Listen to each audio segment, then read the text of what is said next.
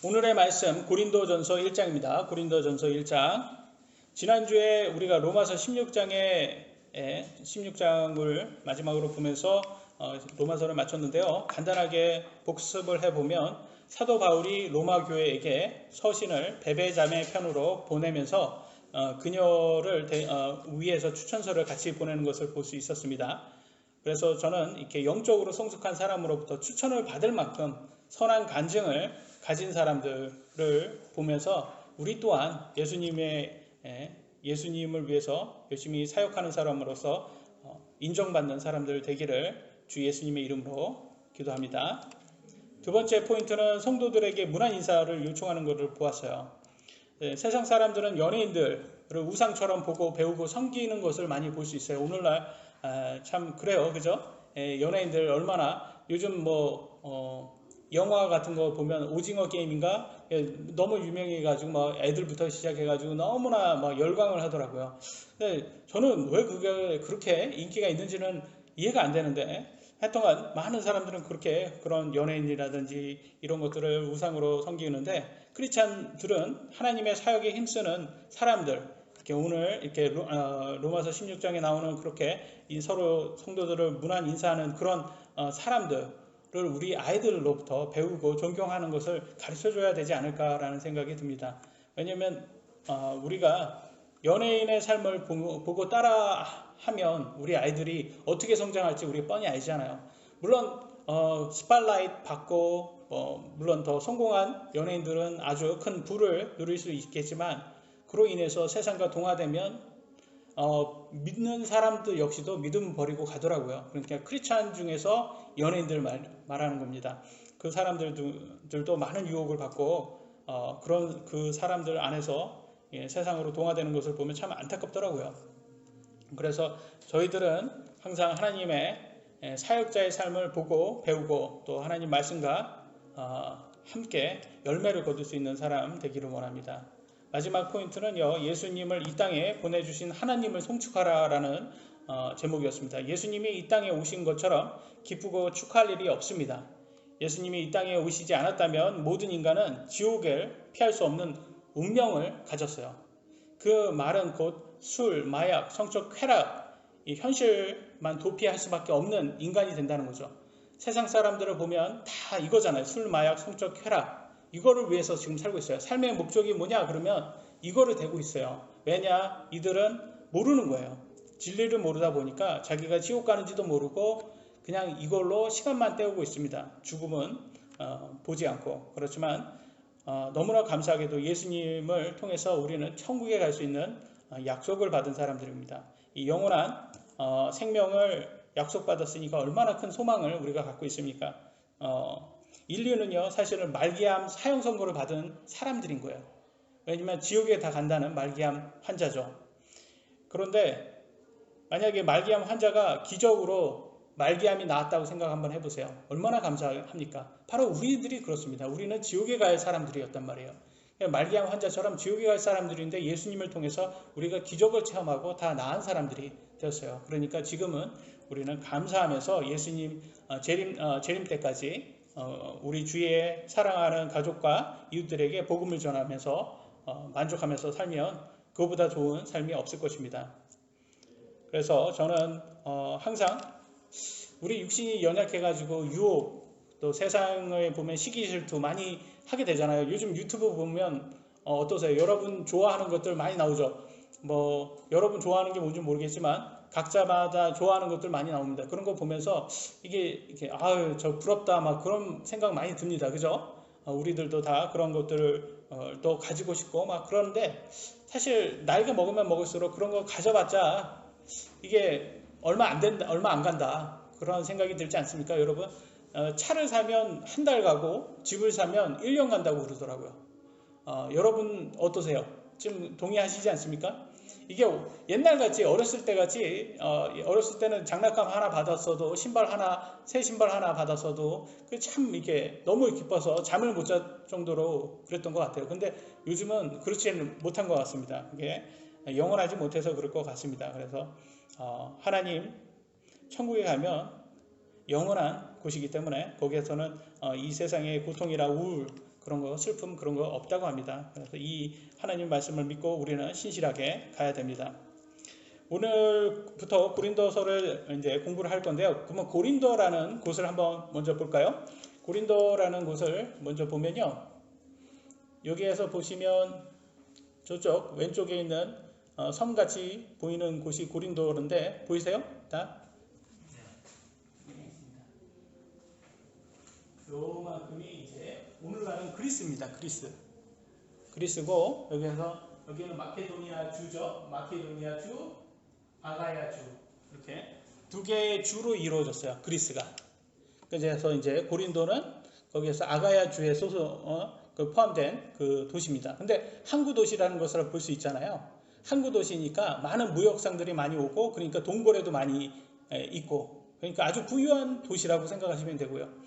그리고 심지어 우상 종교 뭐 이런 것들이 굉장히 신전이 굉장히 많았답니다. 그리고 신전엔 여사제가 있었답니다. 여사제가 뭔지 아세요? 여사제? 여자 사제? 사제? 이게 창녀입니다. 창녀. 이때 당시에는요. 우상 숭배가 어떻게 하냐면 항상 그 사제와 여사제가 거기에서 그런 음행을 하면서 자기들의 신에게 우상에게 그런 것을 하는 거예요. 그런 걸 하면 자기네 신들이 거기에서 그런 것을 보면서 기뻐할 거라고 그렇게 했다고 합니다. 그래서 창녀들이 여사제라는 그런 사람들이 많이 있었다고 합니다. 그래서 온갖 음행이 자행되는 곳이었고 여신 중에서는 아프로디테라는 신전이 있는 그리고 또 그리스니까 뭐가 유명해요? 철학이 유명하잖아요. 철학이 유명하고 굉장히 그리스 사람들이요. 나중에도 보겠지만 좀 철학적인 것, 좀 말솜씨 좋은 것들 이런 거를 많이 하는 걸 좋아했습니다. 여기에서 그래서 그런 것으로 인해서 많은 사람들이 좀 오늘 고린도 교회도 마찬가지로 이렇게 좀 세상적인 지혜를 따르는 것을 볼 수 있습니다. 그래서 아굴라와 브리스길라 부부 지난주에 우리가 잠깐 보았는데 이 천막을 제작하는 그 사람을 여기에서 만나서 바울이 같이 또 일도 하고 도움을 많이 받은 것을 볼 수가 있습니다. 그래서 고린도에서 바울이 18개월 체류를 했다고 합니다. 그래서 여기는 또 굉장히 고린도 교회는 문제점이 많은 교회였어요. 오늘날 현대교회와 가장 비슷한 교회라고 생각하시면 돼요. 왜냐하면 세상적이고 세속적인 교회인데 다 믿는 사람들인데 굉장히 세속적인 사람들이에요. 오늘날 강남교회, 강남에 있는 교회 하고 비슷하지 않을까 그런 생각이 듭니다. 첫 번째 짧게 하고 인사 첫 번째 포인트입니다. 인사 이제 고린도전서 1장 1절로 3절 제가 읽겠습니다. 하나님의 뜻으로 말미암아 예수 그리스도의 사도로 부르심을 받은 바울과 우리 형제 소스데네는 고린도에 있는 하나님의 교회 곧 그리스도 예수님 안에서 거룩히 구별되고 성도로 부르심을 받은 자들과 또 각처에서 예수 그리스도 우리 주 곧 그들과 우리의 주 되신 분의 이름을 부르는 모든 자들에게 편지하노니 하나님 우리 아버지와 주 예수 그리스도로부터 은혜와 평강이 너희에게 있기를 원하노라 하면서 이제 고린도 교회의 인사로부터 시작을 하는 것을 볼 수가 있습니다. 여기에서 보니까 뭐라고 나와 있습니까? 예수님을 자신의 구원자로 고백한 사람들이 지역교회의 멤버가 되어 섬길 때 우리는 예수님 안에서 거룩히 구별된 성도라고 부르는 것을 볼 수 있습니다. 그래서 여러분들은 거룩하냐 거룩하지 않냐 뭘로 구분돼요? 예수님을 믿었냐 안 믿었냐로 구분되는 거예요. 우리가 많이 거룩하다라는 것에 대해서 우리는 좀 세상적인 거룩함에 대한 좀 선입견이 있는 것 같아요. 뭐가 있습니까? 저기 좀 고아원이라든지 아니면 기부 같은 것도 그런 걸 많이 해야지 거룩하다고 생각하고 선하다고 생각을 해요. 근데 하나님이 보기에는 가장 중요한 것은 그 사람이 예수님을 믿냐 안 믿냐로 결정된다는 것을 볼 수가 있어요. 그러니까 거룩하게 구별되려면 여러분 먼저 예수님을 믿으셔야지 될 수가 있고, 이렇게 거룩하게 구별된 사람들이 함께 모여서 하나님을 찬양하고 하나님 말씀 안에서 믿음을 지키는 사람들을 바로 교회라고 하는 것입니다. 그래서 우리가 교회를 볼 수가 있고요. 그리고 교회는 예수님의 몸이라고 되어 있잖아요. 교회의 머리는 오직 예수님. 그래서 교회가 한 몸이라는 것을 볼 수가 있습니다. 로마서 12장 5절에 이렇게 나왔습니다. 이와 같이 우리도 여럿이지만 그리스도 안에서 한 몸이요 각 사람이 서로 지체이니라 라고 되어 있어요. 그래서 한 몸이라는 것은 몸은 교회를 뜻하는 거고 지체는 성도를 뜻하는 것을 우리가 알 수가 있습니다. 그래서 지옥교회를 우리가 지옥교회를 섬기면서 설교를 이렇게 배우고 하나님 말씀을 설교로 듣고 배웁니다. 근데 오늘날 참 안타까운 것은 이 유튜브 있어가지고 인터넷으로 설교 듣기가 좋잖아요. 근데 이거에 대한 단점이 뭐냐면 어떤 사람들은요, 교회는 섬기지 않는 거예요. 지옥교회는 섬기지 않아요. 그래서 그냥 설교만 들어요. 그러면 자기 기분 좀 좋아지라고 설교 듣고 자기는 이제 신실한 크리스찬이라고 이렇게 생각을 하는데, 사실 교회에서는 설교만 듣는 것이 전부는 아니라는 거예요. 그 들은 것에 대한 실천도 해야 된다는 거예요. 실천이 있어야 되잖아요. 그러면 실천이 있기 위해서는 한 지옥교회에 가입이 되어 있어야 된다는 것이죠. 거기에서 또 하나님께서 명령하신 11조도 내야 되고, 또 하나님께서 명령하신 봉사도 해야 되고, 교회도 섬겨야 되고, 서로를 섬기라고 했으니까 이런 것을 해야 되는데, 많은 사람들이요 그냥 설교만 듣고 지식만 쌓으면 성경 지식만 쌓으면 다 된다고 생각을 합니다. 근데 이렇게 되면 단점이 뭐가 있냐면 자기의에 빠질 수가 있어요. 자기의. 그러니까 자기가 의롭다라고 생각하시는 분들이 많아요. 이제 예수님도 믿었다.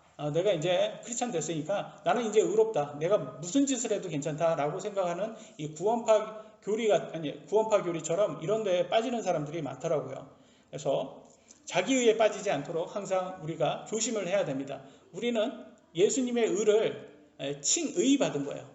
칭의. 정말 의로워서가 아니라 의롭다가 칭하기만 한 거예요. 실제는 이거는 예수님의 의입니다. 그래서 언제든지 우리가 하나님 말씀을 버리고 믿음을 버리고 세상으로 돌아가면 더 이상 의롭을 수도 없고 거룩할 수도 없게 되는 것이죠. 그래서 하나님께서 이렇게 의무를 크리스찬으로서 교회를 섬기라는 의무를 주셨어요. 그래서 교회 예배 참석에 대해서 신실하라는 말씀도 우리가 자주 봤죠. 히브리서 10장 25절에 이렇게 나와 있습니다. 어떤 사람들의 습관과 같이 우리 함께 모이는 일을 폐하지 말고, 함께 모이는 그 모임을 뭐라고 해요? 모임이 바로 교회예요. 교회라는 원어를 보면요, 어셈블리예요. 어셈블리. 모임이라는 거예요. 모임. 믿는 사람들의 모임, 예수님으로 거룩한 사람들의 모임이에요. 근데 폐하지 말라. 그러니까 모임을 나가지 않는 그런 사람들, 이게 잘못됐다는 거예요. 비성경적. 그리고 서로 권면하되 그날이 다가온. 그날이 언제예요? 그렇죠. 예수님의 재림. 예수님의 재림은 내일 되면 더 가까워지는 거잖아요. 모레 되면 더 가까워지고 언제가 될지 모르니까 그날이. 그러나 시간이 가면 갈수록 더 다가오니까 너희가 볼수록 더욱 그리하자. 우리는 세상을 보세요. 한번 코로나 같은 거 보세요. 그러면 언제든지 예수님 재림하실 것 같지 않습니까? 그러니까 우리가 더 열심히 이렇게 모여서 잘 하나님 말씀대로 섬겨야 됩니다. 현 좌파 정부가 코로나 방역을 빌미로 교회를 통제하고 모이는 것을 많이 금지하고 있어요. 그래서 여러분, 작년 2월 달 코로나 되기 전에 우리가 모였을 때 우리 교회에 얼마큼 모였는지 기억나세요? 그때가 우리 교회 시작된 이후에 가장 많이 모였어요. 그때가 한 40명 정도 모였던 것 같아요. 그때 모이면서 그때는 당시에는 문영재님이 오래간만에 오셔서 어떻게 교회가 어떻게 됐냐고, 왜 이렇게 사람이 많아졌냐고 저한테 얘기했던 기억이 납니다. 그때가 제일 많았어요. 그때가 제일 많았는데 이 코로나가 딱 터지자마자 우리가 싹 이렇게 빠졌죠. 반절 이상 이렇게 빠졌어요. 저는 이게 하나님께서 우리를 뭐라고 표현했습니까? 어떤 동물하고 비유를 하셨죠? 양으로 비유했어요. 양이라는 동물이요, 겁이 엄청 많습니다, 여러분. 양 한번 거기 그때 목장 같은 데 가서 한번 보시면 아시겠지만 엄청 겁이 많아요. 이게 조그만 것에도 겁이 많고, 근데 겁만 많은 게 아니라 고집도 그렇게 세답니다, 양이. 그래서 우리가 참 겁이 참 많은 것 같아요. 그래서 이 코로나가 하니까 이렇게 양처럼 이렇게 겁에 질려서 흩어지는 것을 볼 수가 있어요. 그래서 저는 참 안타까운 게 이렇게 교회를 떠나고, 물론 교회 떠나가지고 뭐 다른 더 신실한 교회에 뭐 좋은 교회 가서 계속 신실하게 믿음 생활하면 저는 뭐 그거에 대해서는 문제 없다고 생각을 하는데, 왜 하나님께서 주신 교회가 다 틀리니까. 완벽한 교회도 없고 완벽한 사람도 없습니다. 그러니까 어디 교회가 무조건 와야 된다 이런 거는 없습니다. 그러나 신실하게 믿음을 지키지 않고 이렇게 세상으로 떠나고 말씀도 떠나면 사람이 마음이 더 이상 모이지도 않고, 교회에 모이지도 않고 말씀도 읽지 않으면 마음은 어느 쪽으로 갈까요? 세상으로 당연히 가게 돼 있어요. 세상과 동화되는 쪽으로 가게 돼 있어요. 그래서 사탄의 유혹을 더 많이 받게 되어 있습니다. 그래서 하나님의 말씀을 가까이 가면 사탄이 멀어지고, 하나님 말씀과 멀어지면 사탄이 가까워지게 되어 있습니다. 이건 자동적인 거예요. 그래서 저는 계속 기도하고 있어요. 많은 사람들이 다시 오기를, 아니면 뭐 신실한 교회 가서 신실하게 계속 믿음 생활 하기를 기도하고 있습니다. 다음 구절 보도록 하겠습니다. 4절로 6절 고린도전서 1장. 그리스도를 통하여 너희에게 주신 하나님의 은혜로 인해 내가 너희를 대신하여 항상 나의 하나님께 감사하노라. 너희가 모든 일 곧 모든 말과 모든 지식에서 그분으로 말미암아 풍성하게 되었으니 이것은 곧 그리스도의 증언이 너희 안에서 굳게 세워진 바와 같도다. 하나님의 모든 말씀과 지식으로 풍성한 영적인 교회는 하나님의 기쁨이 될 수밖에 없습니다. 그죠? 하나님께서는요, 어떤 교회를 가장 좋아하겠습니까? 하나님 말씀대로 순종하는 교회를 가장 좋아하십니다. 그러니까 세속적인 교회냐 아니면 영적인 교회, 하나님 말씀에 순종하는 교회인지 우리가 보아야 합니다.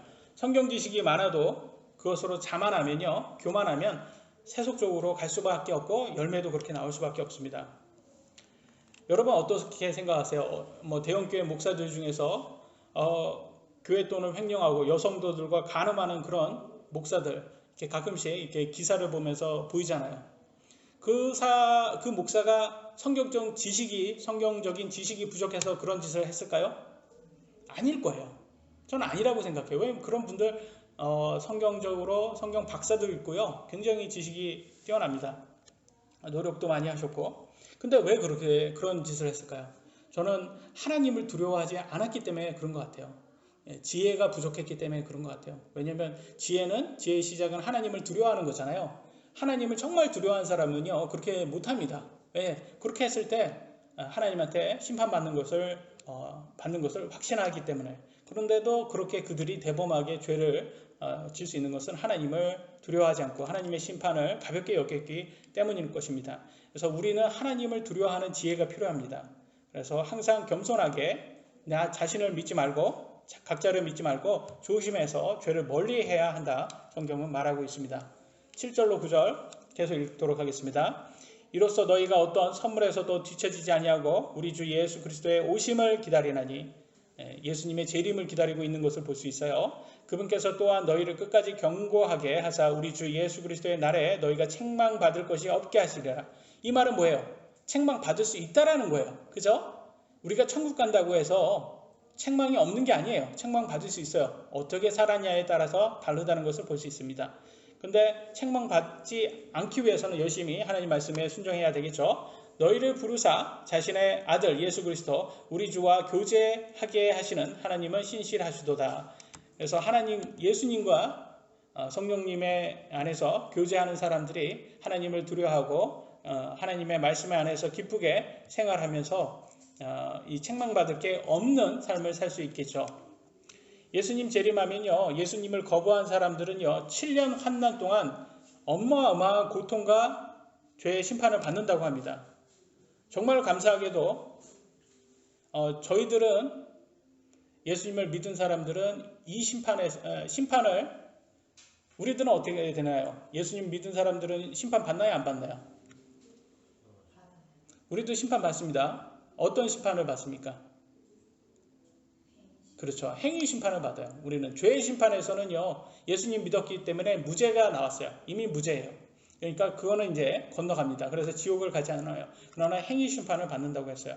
근데 세상에 믿지 않는 사람, 예수님을 믿지 않는 사람들은요, 이 심판을 나중에 받습니다. 이 사람들은. 그럼 뭐부터 받냐? 이 사람들은요, 지옥으로 먼저 들어갑니다. 예수님을 거부한 사람들은요, 심판 받기도 전에, 아직 이제 뭐 형이 나오기 전에 무조건 지옥부터 가는 거예요. 지옥이 형무소라고 해야 되나? 잠시 교도소에 저기 감옥이라고 해야 되나? 잠시 거주하는 구치소. 그렇죠. 구치소에 비교하면 좀 좋을 것 같아요. 왜냐하면 구치소는 형량을 받기 전에 가는 곳이니까. 구치소인데 근데 기간이 얼마큼 되는지 아세요? 기간이 지옥에 가는데 1000년이에요. 1000년. 1000년 동안 가 있어요. 구치소에서 1000년 동안 있어야 되는 거예요. 지옥에서 1000년 동안 있다가 이제 1000년 지난 다음에 이 1000년 동안은 예수님의 왕국이 1000년 동안이니까 그 동안에는 이 사람들은 구치소에 있는 거예요. 지옥에서 있다가 이 1000년의 왕국이 끝나고 그러면 크고 흰 왕자 심판이 열립니다. 크고 흰 왕자 심판이 이때 심판에서 다시 그들이 지옥에서 나와서 이때 행위 심판을 다시 받는 거예요.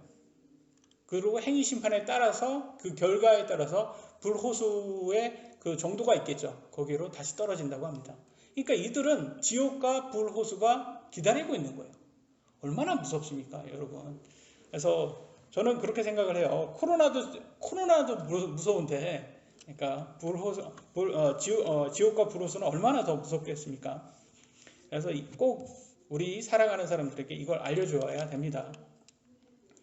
그래서 우리는 그리스도의 심판 속에서 행위 심판을 받는다고 했죠. 이 행위 심판은 뭐가 되겠습니까? 행위 심판은 뭐의 근거로 받는다고 합니까?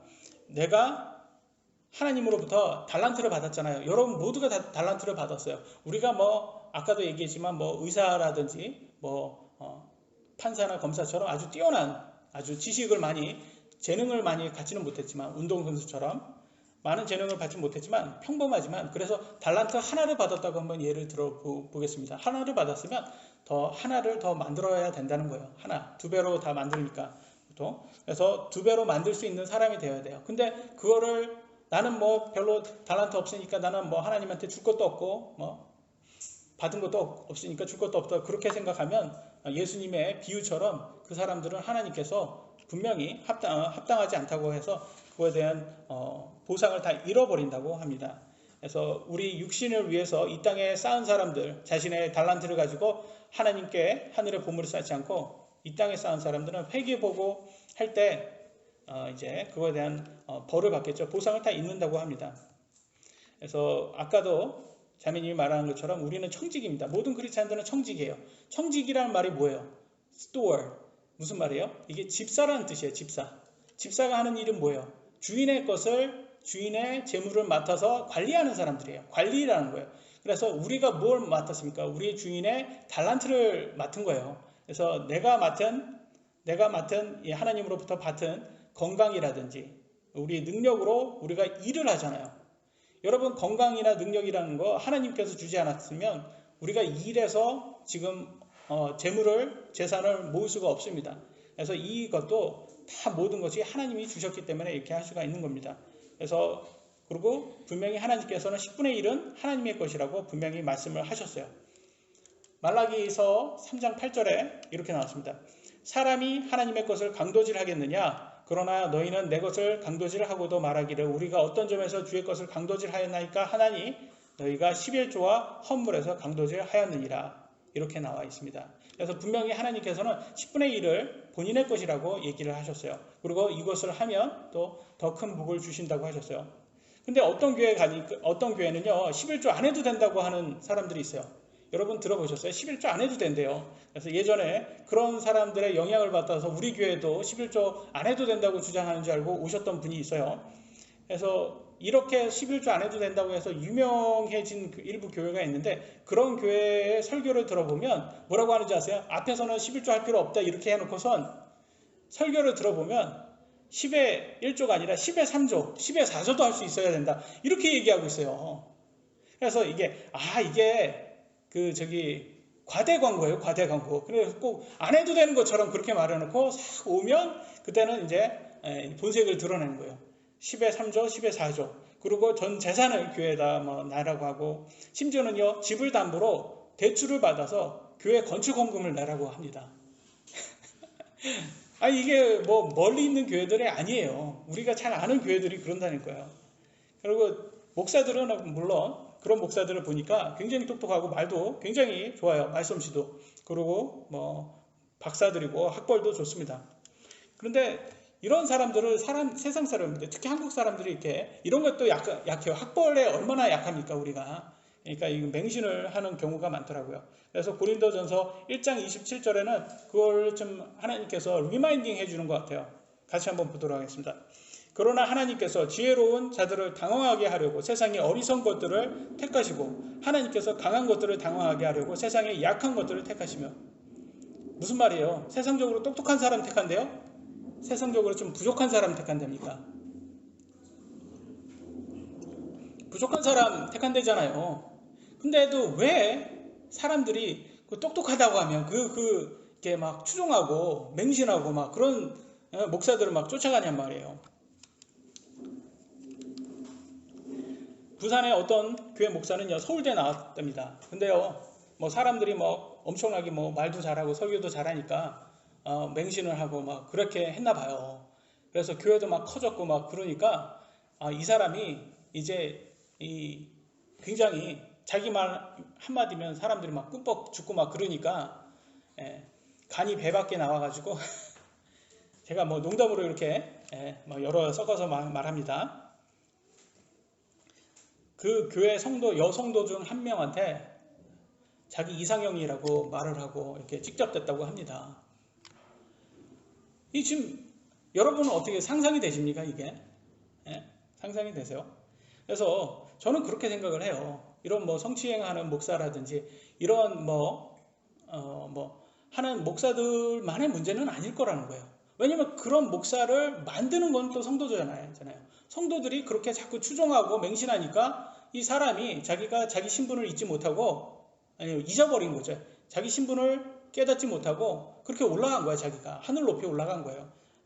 마귀 사탄이 바로 그 상태거든요. 그 상태로 올라가서 자기가 그렇게 해도 되는 것처럼 이렇게 생각한 거예요. 저는 그래서 지금 현재 대통령도 마찬가지라고 생각해요. 현재 대통령도 이게 꼭 대통령 문제만일까요? 아니면 국민들은 문제 없었나요? 국민들이 그런 국민이니까 그런 대통령이 나온 거고, 그런 성도들이니까 그런 목사가 오는 거라는 거죠. 같은 이치라는 거죠. 그래서 우리는 성도들이 꼭 이렇게 바른 성경적인 것을 따라야 된다고 그걸 우리가 기억을 해야 됩니다. 두 번째 포인트입니다. 고린도 교회의 분열 지적을 합니다. 고린도 교회가 문제가 있었어요. 어떤 문제가 있었냐? 분열을 교회가 합니다. 제가 읽겠습니다. 고린도전서 1장 10절로 11절. 형제들아, 이제 내가 우리 주 예수 그리스도의 이름으로 너희에게 간청하노니 너희는 다 같은 것을 말하고 너희 가운데 분쟁이 없이 같은 생각과 같은 판단 안에서 완전히 함께 결합하라. 내 형제들아, 글로의 집안에 속한 자들을 통해 너희 관한 일 너희 가운데 다툼이 있음을 내가 밝히 알게 되었노라. 다툼, 분열, 이 고린도교회는 있었다고 합니다. 그러면 그럴 수도 있어요, 여러분. 여러분, 부부 어때요? 부부 사이도 다툼, 분열, 논쟁 있습니까? 없습니까? 있잖아요. 그렇잖아요. 아니, 각자가 다 생각이 틀린데 어떻게 여기 보니까 너희가 다 같은 것을 말하고 어떻게 이게 가능할까요? 방법이 뭘까요? 부부도 다 생각이 다른데 어떻게 하나로 다 같은 거로 말하고 한 생각을 할 수 있을까요? 방법은 하나님 말씀밖에 없는 거예요. 우리가 각자의 생각, 의견 다 좋아요. 다 똑똑한 사람들이잖아요. 우리가 다 배운 사람들이고, 근데 다 버리자는 거예요. 이걸 배설물로 버리고 우리가 하나님 말씀으로 그냥 통일하자 이거예요. 왜? 하나님 말씀이 가장 진리이기 때문에 그 방법밖에 없다라는 거예요. 그래서 성경으로 하나로 통일을 돼야 되는데, 그러면 성경을 잘못 해석을 하면 어떻게 될까요? 그러면 여러 가지 해석이 나온단 말이에요. 근데 사실 여러분 성경 읽어보니까 어때요? 문맥적으로만 보면 해석이 여러 개가 나올 수가 없어요. 그냥 하나님께서 원하고자 하는 것은 딱 한 가지입니다. 그래서 해석을 문맥적으로 보면 여러 변명이 나올 수가 없습니다. 근데 사람들이 자꾸 여러 가지로 해석을 하는 이유는 뭡니까? 순종하기 싫은 거예요. 우리도 성경 읽으면 여러분 마음에 다 어떻게 마음에 들어요? 성경 말씀이? 안 들잖아요. 그러니까 우리 육신이 자꾸 싫은 거예요. 그러니까 이걸 합당하게 좀 약간 철학적이고 좀 멋있어 보이게 그럴듯하게 성경적으로 우리가 불순종을 한번 해보자 하면서 나오는 것들이 자꾸 이렇게 말솜씨 좋은 좀 배운 세상적으로 배운 지혜 있는 그런 목사가 그럴듯하게 말을 해버리면 맞아, 성경적으로 저게 맞아 이렇게 가게 돼 있어요. 그래서 많은 사람들이 그런 사람들을 선생으로 둔다고 성경은 말을 하고 있습니다. 그래서 고린도 교회도요 다투는 문제가 생겼어요. 그러면 그 다투는 게 어떻게 해서 다툼이 생겼는지 한번 보도록 하겠습니다. 제가 그거 전에 한 개 더 얘기할 수 있는 방법은 그거예요. 여러분 어때요? 제가 말하는 것을 여러분 다 동의 못할 수도 있어요. 저는 괜찮다고 봐요. 상관없다고 봐요. 왜냐하면 각자가 다 의견이 다르고 다 그러니까 저는 제가 말하는 모든 것이 100% 다 맞다고도 생각하지 않습니다. 그러니까 저는 하나님께서 제가 성경을 읽을 때 저한테 알려준 대로 저는 그냥 선포할 뿐이고, 근데 이것에 대한 맞다 틀리다라는 것은 하나님께서 판단을 한다는 거예요. 그래서 우리가 이거에 대해서는 논쟁할 필요가 없는 거예요. 왜? 좀 다른 생각하고 있으면 각자 그냥 다른 생각하고 있으면 돼요. 그걸로 인해서 교회에 와서 막 이게 맞냐 누가 맞냐 그거 싸울 필요가 없다라는 거예요. 그러니까 일단 목사는 하나님께서 직분을 그렇게 주셨잖아요. 설교할 수 있는 그런 하나님께서 이건 정하신 거잖아요. 그러니까 목사가 설교하고 성도는 듣고 그거에 대해서 따를 것인지 안 따를 것인지 각자가 선택하면 되는 겁니다. 그래서 판단할 필요가 없다고 성경은 말을 합니다. 로마서 14장 4절에는 이렇게 나왔습니다. 다른 사람의 종을 판단하는 너는 누구냐? 그의 서거나 넘어짐이 그의 주인에게 달려있은 즉 참으로 그가 세워지리니 하나님은 능히 그를 서게 하실 수 있느니라. 이것은 믿음이 적은 사람을 두고 얘기하는 거예요. 그래서 믿음이 좋은 사람이 믿음이 적은 사람을 두고 판단하지 말랍니다. 그 말은 뭐냐? 크리스찬들은요 누가 누구를 판단하는 그런 사람들이 아니라는 거예요. 그러니까 저 사람이 저런 믿음을 가졌으면 저런 믿음을 가졌구나. 이 사람이 이런 믿음을 가졌으면 그렇구나. 그러니까 목사도 누구의 종입니까? 목사는 하나님의 종이잖아요. 그러니까 하나님의 종이니까 이거 내가 판단할 사항이 아니다. 하나님만 판단을 하실 수 있는 거예요. 우리들을 여러분도 제가 판단할 수 없고 하나님이 판단하시고 저도 하나님만이 판단할 수가 있습니다. 그러니까 서로 판단을 하지 말라는 거예요. 교회는 판단하지 않고 그냥 하나님 말씀에 우리가 하자. 일단은 하나님께서는 누구한테 순종을 하라고 했습니까? 히브리서 13장 17절에 이렇게 나왔습니다.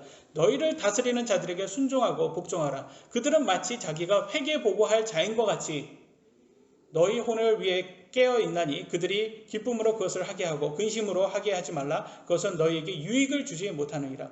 여기에서 다스리는 자들을 누구 얘기하는 거예요? 목사 얘기하는 거예요. 목사. 이거는 대통령 얘기하는 거 아니에요. 목사. 왜냐면 여러분을 위해서 회개보고 할 자인 것처럼 하는 게 목사밖에 없잖아요. 목사 얘기하는 거예요. 목사에게는 일단은 순종하고 복종해라. 이거는 하나님께서 주신 명령이니까 일단 따르는 거예요. 이거를. 그래서 그러면 목사가 회개보고 할 수 있어요? 없어요? 여러분을 대신해서 할 수 있습니까? 없어요? 없어요. 회개보고를. 그러니까 목사는 어떻게 하냐? 내가 회개보고 할 것처럼 하는 거예요. 여러분들한테 가르치는 거예요. 제가 믿음도 아닌데 여러분한테 그렇게 가르치면 안 되는 거예요. 그건 거짓말이죠. 저도 그렇게 믿으니까 여러분한테 그렇게 자기의 믿음을 가르치는 겁니다. 그러니까 제가 회개보고 할 때 저도 무섭고 두렵고 그런 마음으로 하잖아요. 그래서 그렇게 가르치고 그래서 믿고 따르라고 합니다. 그래서 성도는 목사의 종이 아니라 하나님의 종입니다. 목사는 자기가 회개보고 할 자인 것처럼 자신이 믿는 그대로 가르쳐야 됩니다. 그런데 목사와 동의할 수 없다면 교회에서 다툴 필요 없이 교회를 떠나서 동의할 수 있는 교회로 가면 되는 거예요. 그래서 참 저는 제일 이상한 사람들이요. 교회에 남아서 꼭 이렇게 목사하고 싸우는 그런 성도들이에요. 저는 왜 싸우는지 모르겠어요. 목사가 남아있으라고 하지도 않았고 목사가 그리고 또 교회에 지분도 있는 것도 아니고 왜 그렇게 교회에 남아서 이렇게 목사하고 싸우는지 저는 그게 이해가 안 돼요. 근데 꼭 남아서 자존심 싸움하듯이 싸우는 사람들이 있더라고요. 그래서 조용히 이렇게 떠나면 되지. 그 목사하고 저 목사가 나하고 믿음이 다르구나. 그리고 떠나면 되는 거예요. 근데 거기에서 남아서 꼭 싸우는 사람들이 있더라고요. 그래서 성경은 일단 다투는 그 자체만으로서 또 하나님께서 그게 잘못됐다고 말을 합니다. 그래서 목사가 목사가 좀 비성경적이다. 그러면 성경적인 교회로 가야지. 거기에서 남아서 목사하고 다투는 그 성도는 그러면 하나님께서 그럼 참 너는 선하다 그렇게 할까요? 그래서 사실은 이런 사람들도 있어요. 우리 목사님이 성경적이지 못해서 내가 세상과 동화되어서 살았습니다. 이런 사람들도 있어요. 이것도 맞는 변명이에요. 이게 하나님께서 그래? 너 목사가 비성경적이어서 너도 비성경적으로 살았구나. 참 안타깝다. 이렇게 할까요? 아니라는 거예요. 개인전이라고 분명히 얘기했잖아요. 로마서 14장 12절. 그러므로 이와 같이 우리 각 사람이 자신에 관하여 하나님께 회개보고를 하리라. 뭐예요? 자기가 자기에 대해서 회개보고 한다는 거예요.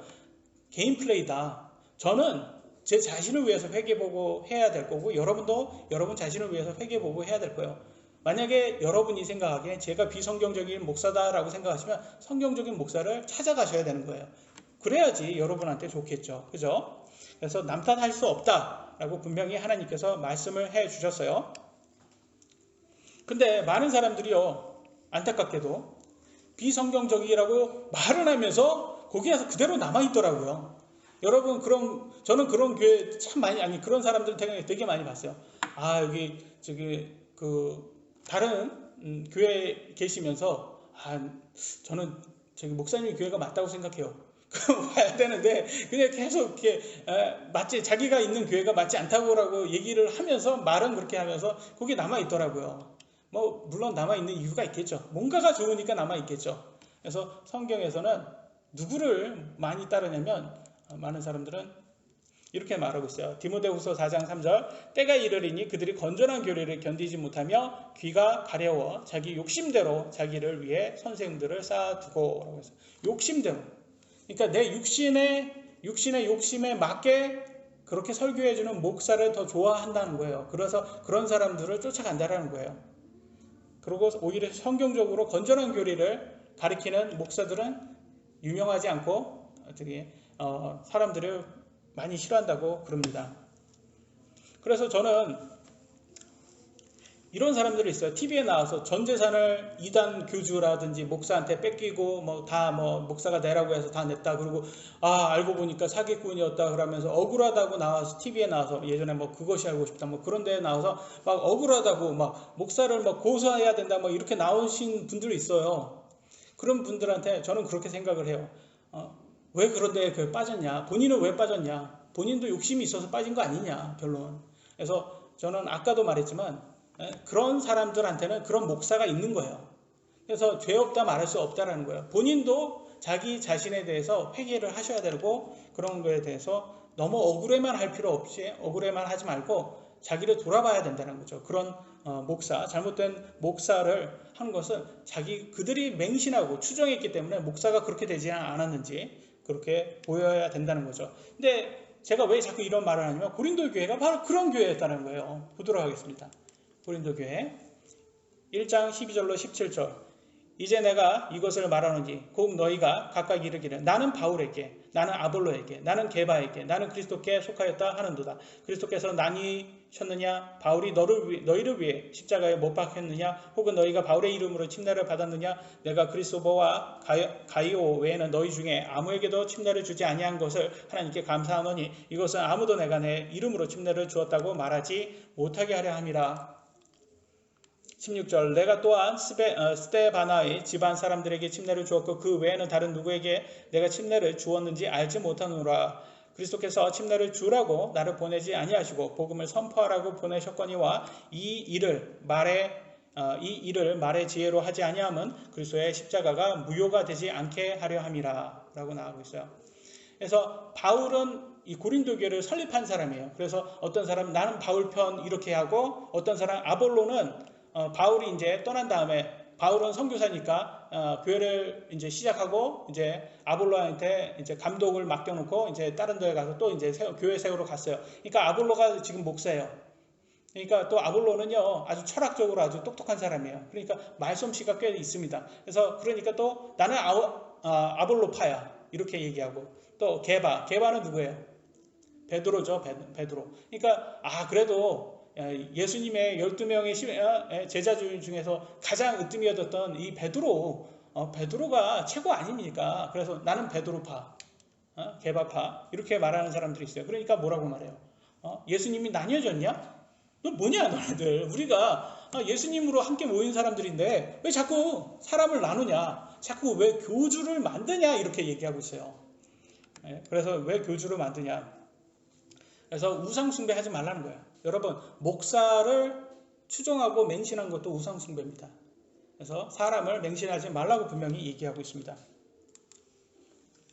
1장 고린도전서 1장 18절로 21절, 십자가를 선포함이 멸망하는 자들에게는 어리석은 것이로되 구원받은 우리에게는 하나님의 권능이니라. 기록된 바 내가 지혜로운 자들의 지혜를 무너뜨리고 분별 있는 자들의 명철을 쓸모없게 만들리라 하였느니라. 지혜로운 자가 어디 있느냐, 서기관이 어디 있느냐, 이 세상의 변론가가 어디 있느냐. 하나님께서 이 세상의 지혜를 어리석게 만들지 아니하셨느냐. 하나님의 지혜에 있어서는 세상이 지혜로 하나님을 알지 못하였으므로 하나님께서 복음의 선포를 어리석은 것으로 믿는 자들의 구원하시는 것을 기뻐하셨도다. 이 말은 뭐냐면 보세요. 세상의 지혜와 하나님의 지혜가 반대입니다. 그래서 세상적으로 보면 하나님의 것이 어리석게 보이고요, 하나님 보시기에는 세상의 것이 어리석어요. 예를 한번 들어보겠습니다. 십자가 선포를 하고 있어요. 그러면 세상이 보기에는 십자가가 굉장히 어리석어 보여요. 십자가가 여기 있어요. 여러분, 이 십자가가 뭔지 아세요? 2000년 전에 이게 사형 단두대였어요. 사람을 교수형 할 때 이렇게 해서 죽이잖아요. 죽이는 용도였어요, 이게. 그러니까 지금 십자가를 이렇게 선포하면 세상 사람들 입장에서는 무슨 사형 단두대를 저렇게 섬기는 애들이 있냐? 이렇게 우스워요. 어리석어 보여요. 잖아요. 여러분 한번 만약에 목줄이라든지 목줄을 가지고 막 이렇게 누가 막 섬기는 사람이 있다고 생각을 한번 해보세요. 그러면 여러분 좀 저거 미친놈 아니야? 이렇게 생각되지 않습니까? 그죠? 이게 세상이 보는 이게 기독교의 이미지일 수가 있어요. 십자가가. 그런 건데, 우리가 말하는 건 십자가는 사실 우리는 십자가 이 모형이라든지 이거를 우리가 숭배하는 게 아니에요. 우상을 섬기는 게 아니에요. 하나님께서는요, 살아있는 모든 사람, 동물, 모습을 새기거나 형상을 하지도 말라고 명령을 하셨어요. 그러니까 신명기 5장 8절에 이렇게 나왔어요. 너를 위하여 어떤 새긴 형상도 만들지 말고, 또 위로 하늘에 있는 것이나 새죠, 아래 땅에 있는 것이나 동물이나 모든 짐승이죠, 땅 아래 물속에 있는 것, 고기죠, 어떤 모습이든지 만들지 말며. 이런 거 만들지 말라는 거예요. 이게 명령이에요. 그러니까 근데 세상의 종교 한번 보세요. 저기 불교 보면 뚱뚱하신 분이 지금 앉아 있잖아요. 금색 칠해가지고 배도 많이 나오신 분, 저보다도 더 배가 많이 나오신 분 같은데 하여튼간 앉아 있고, 여신 같은 데도 많이 있고, 남신이라도 여신, 또 심지어 카톨릭도 마리아 여신을 지금 섬기고 있잖아요. 그다음에 인도라든지 저런 데 가보면 소, 뱀 이런 거 섬기잖아요. 근데 이걸 섬기지 말라고 분명히 이렇게 했는데, 이렇게 우상숭배를 하는 사람들이 많다. 그래서 우리는 이렇게 십자가를 하는 게, 십자가가 무슨 어떤 사람 이렇게 보면 공포 영화 같은 데 보면 드라큘라한테 이렇게 십자가를 대고 하잖아요. 아무 소용 없습니다. 십자가는 악령을 쫓을 수 있는 능력이 없어요. 십자가는. 그래서 그거 다 거짓말이고요. 그렇다고 하면 마늘을 많이 먹는 한국 사람들은 저기 드라큘라가 정말 싫어해야 되죠. 근데 일단은 이런 악령을 쫓는 그런 능력은 없고, 이것은 그냥 리마인딩 하는 거예요. 리마인딩. 무슨 리마인딩이야? 나를 위해서, 예수님이 나를 위해서 죽어주셨다. 그걸 리마인딩 하는 거야. 되새기는 거예요. 그걸 생각나게 해주는 거예요. 그래서 예수님이 나를 위해서 피 흘려주셨다. 그거 생각하는 거예요. 근데 또 지금 카톨릭 십자가고 기독교 이렇게 개신교 십자가하고 뭐가 틀린지 아세요? 한번 보세요. 십자가 보면 예수님이 있어요, 없어요? 없어요. 카톨릭은 있어요. 그게 큰 차이예요. 카톨릭은 아직도 예수님을 죽이고 있어요. 근데 우리는 부활한 예수님을 믿고 그들은 아직도 죽이고 있어요. 굉장히 큰 의미예요. 왜냐하면 부활이 없으면 우리도 부활 못해요. 그러니까 그거 굉장히 우리의 핵심은 부활인데 부활이 없어요. 근데 이거는 부활을 생각나게 해주는 것입니다. 22절로 25절 유대인들은 표적을 요구하고 그리스인들은 지혜를 추구하나 우리는 십자가에 못 박히신 그리스도를 선포하노니 그분은 유대인들에게 걸려 넘어지게 하는 것이요 그리스인들에게는 어리석은 것이로되 부르심을 받은 자들에게는 유대인에게나 그리스인들에게나 그리스도는 하나님의 권능이시요 하나님의 지혜이시니라. 하나님의 어리석음이 사람보다 지혜롭고 하나님의 약함이 사람보다 강하니라. 그래서 유대인들은 표적, 기적이죠. 이런 거를 많이 좋아했고요. 그리스인들은 지혜, 바로 철학 이런 거를 많이 좋아했다고 합니다. 그래서 분명한 것은 우리는 하나님의 권능은 예수님의 부활이 하나님의 권능이라는 걸 여러분 생각을 하셔야 돼요. 그 다음에 하나님의 어리석음이 사람보다는 오히려 지혜로운 거예요. 그래서 성경 말씀이 사람적으로, 세상적으로 볼 때 이게 어리석어 보여도 그게 지혜롭다는 것을 깨달으셔야 되는 것입니다. 그래서 사실 많은 사람들이 그래요. 하나님의 것이 좀 성경적으로 좀 막 이렇게 내 마음에 맞지 않다고 자꾸 자기 마음에 맞게 하기를 원해요. 그러나 하나님께서 그렇게 하는 방법이 가장 하나님의 방식이고 그게 진리인 거예요. 예전에 이스라엘 사람들이 왜 예수님을 부인했는지 아세요? 메시아로 온 것을? 이스라엘 왕으로 온 것을? 그렇죠. 그들은 정말 아주 로마에서 그들을 구원해 줄 수 있는 강한 왕을 원했어요. 근데 예수님 왔더니 정말 뭐 볼품도 별로 없고 뭐 잘생기지도 않고 좀 약간 왕자처럼 이렇게 잘생기고 좀 눈썹도 좀 진하고 송승헌처럼 그렇게 좀 돼야 되는데 이게 뭐 와가지고 뭐 비리비리 되더니 그냥 십자가에서 그냥 죽어버렸네 이러는 거예요. 그러니까 내 마음에 안 들어 이렇게 해서 부인을 한단 말이에요. 근데 이게 가장 중요한 거예요. 왜냐면 왜 하나님이 우리의 입맛을 맞춰주냔 말이에요. 하나님이 주인인데 하나님이 우리의 입맛을 맞춰준다는 건 내가 하나님이라는 거예요. 내가 하나님보다 더 높다라는 거예요. 이게 가장 큰 거예요. 하나님이 주인입니다. 우리가 하나님의 입맛을 맞추는 게 맞는 거예요. 그래서 하나님께서 그렇게 보내는 이유는 다 하나님 뜻이 있어서 그렇죠. 우리를 위해서 죄를 사해 주시기 위해서 예수님의 보혈이 필요했던 거죠. 주 안에서 자랑하라. 26절 시간상 제가 빨간 부분만 읽겠습니다. 육체를 따라 지혜로운 자가 많지 아니하고 강한 자가 많지 아니하며 고귀한 자가 많지 아니하노더라. 우리 자신만 돌아보면 딱 나오죠. 답은 별로 그렇게 똑똑한 사람이 없어요. 박사도 별로 없고 여기에. 그래서 사실 예수님 제대로 이렇게 성경적으로 믿는 사람들 중에서 그 똑똑한 사람 별로 없습니다. 그리고 27, 28절 하나님께서 지혜로운 자들을 당황하게 하려고 세상의 어리석은 것들을 택하시고 하나님께서 강한 자들을 당황하게 하려고 세상의 약한 것들을 택하시고 하나님께서 있는 것들을 쓸모없게 하려고 세상의 천한 것들을 멸시받는 것들을 택하시고 참으로 없는 것들을 택하셨나니. 우리 자신들을 보면 알 수 있습니다. 별로 하나님께서 계속 강조하고 있어요. 이 기독교는 그렇게 세상적으로 뛰어난 사람, 박사 이런 거 이게 너무 맹신하고 추정하지 말라. 하나님 말씀 그대로 심플하게 전하는 사람들을 그거를 하나님 말씀대로 믿어야지. 그걸 세상적인 것을 너무 따라가지 말라라고 성경은 분명히 얘기를 해주고 있습니다. 그래서 저는 그렇게 생각을 해요. 우리가 금수저, 흙수저, 좌파들이 자꾸 이걸 해가지고 우리를 좀 상대적 빈곤감, 박탈감 이런 걸 자꾸 해서 그들을 옹호하게 하려고 선동을 하는데 저는 이 흙수저가 나쁘다고만 보지 않아요. 보세요. 성경을 믿는 사람은 흙수저가 오히려 더 믿을 수 있는 확률이 더 많은 거예요. 그래서 우리가 만약에 금수저였다고 생각 한번 해보세요. 여러분 금수저였다면 지금 뭐하고 계셨겠어요? 주일날 아침에 백화점 가서 쇼핑하고 계셔요. 남자들인 우리들은 자동차, 새 차 사가지고 랩핑하고 있는 거예요. 왜? 뻔한 거죠 뭐. 우리도 금수저였다면 아마 그러고 있었을 겁니다. 그래서 이 세상적인 것보다 이 세상의 모든 것을 가진 것보다 우리의 혼을 잃지 않는 게 가장 유익하다고 성경은 말하고 있습니다. 그래서 가장 중요한 건 물질이 아니라는 것을 분명히 말해주는 게 우리는 아무것도 가지고 갈 수가 없어요. 디모데전서 6장 7절에 우리가 이 세상에 아무것도 가지고 오지 아니하였은즉 아무것도 가지고 가지 못할 것이 확실하니 라고 되어 있어요. 여러분 죽을 때 여러분 한 1억 갖고 가실 분 1억 내 재산 1억을 내가 잘 모아가지고 잘 모아서 내가 갖고 가겠습니다. 내가 그래도 5천만 원은 남겨놓고 5천만 원만 갖고 가겠습니다. 하시는 분 있습니까? 여러분 스티브 잡스라든지 삼성 회장도 죽을 때 1,000원도 못 갖고 갔어요. 아무것도 이 물질은 아무것도 못 해준다.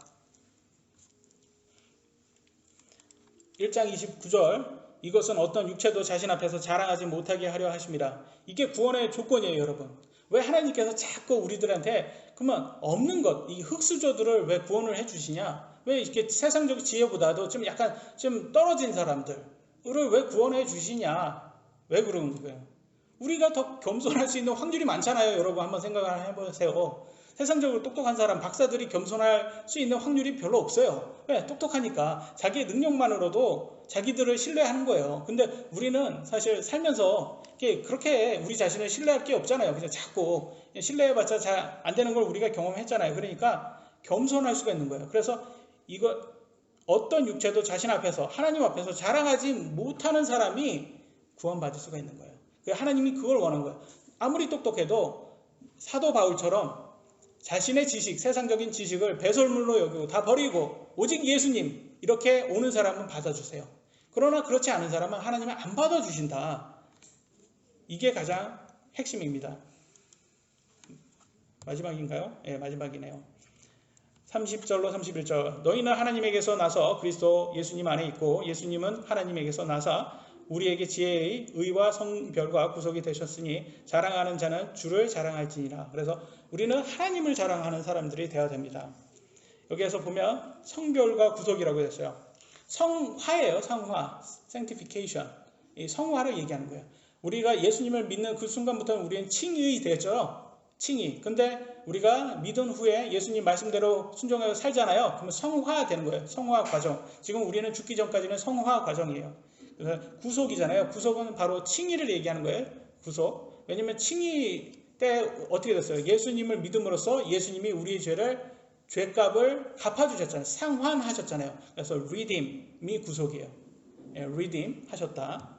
그래서 우리는 누구를 하나님의 말씀의 지혜를 우리가 자랑을 해야 돼요. 그래서 우리는 하나님의 말씀이 세상적으로 보기에는 어리석어요. 그래서 참 아이들이 오히려 잘 믿습니다. 하나님의 말씀. 그래서 우리도 아이들처럼 믿으라고 하잖아요. 왜냐면 아이들은 성경 가르쳐준 대로 그대로 믿거든요. 심플해서. 그래서 저도 그래요. 저도 심플해가지고 저는 예수님의 복음을 듣고 4주 걸렸어요. 예수님 받아들인 지 4주 걸렸어요. 굉장히 심플해가지고. 왜?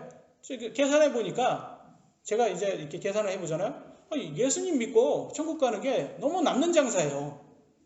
괜히 버텼다가 혹 예수님 말씀대로 지옥이 있으면 완전히 이게 현타 오잖아요. 현타. 오늘 말로 현타 오잖아. 그럼 어떻게 해요? 그러니까 이거 예수님 믿어서 이거 진짜 이게 천국 가는 게 진짜 이게 남는 장사구나. 이렇게 좋은 게 어딨어요. 그래서 성경은 유익이라고 했잖아요. 유익. 그래서 유익. 그래서 오늘날 많은 똑똑한 사람들 뭐 하버드 나오고 누가 하버드 나왔죠? 무슨 스님 있잖아요. 그 무소유 스님. 하버드 나왔잖아요. 하버드. 그 똑똑한 양반이 뭐 선동해요. 항상 여러분 무소유 하세요. 나는 풀소유 할 테니 그거 하잖아요. 사기꾼이에요. 그러니까 너무 이런 세상적 지식, 지혜 많은 사람 맹신하지 말라고 계속 얘기해 주고 있습니다. 그래서 교회는 분쟁하는 그렇게 말싸움하는 다툼하는 곳이 아니라는 것을 우리가 오늘을 배울 수가 있습니다. 기도하시겠습니다.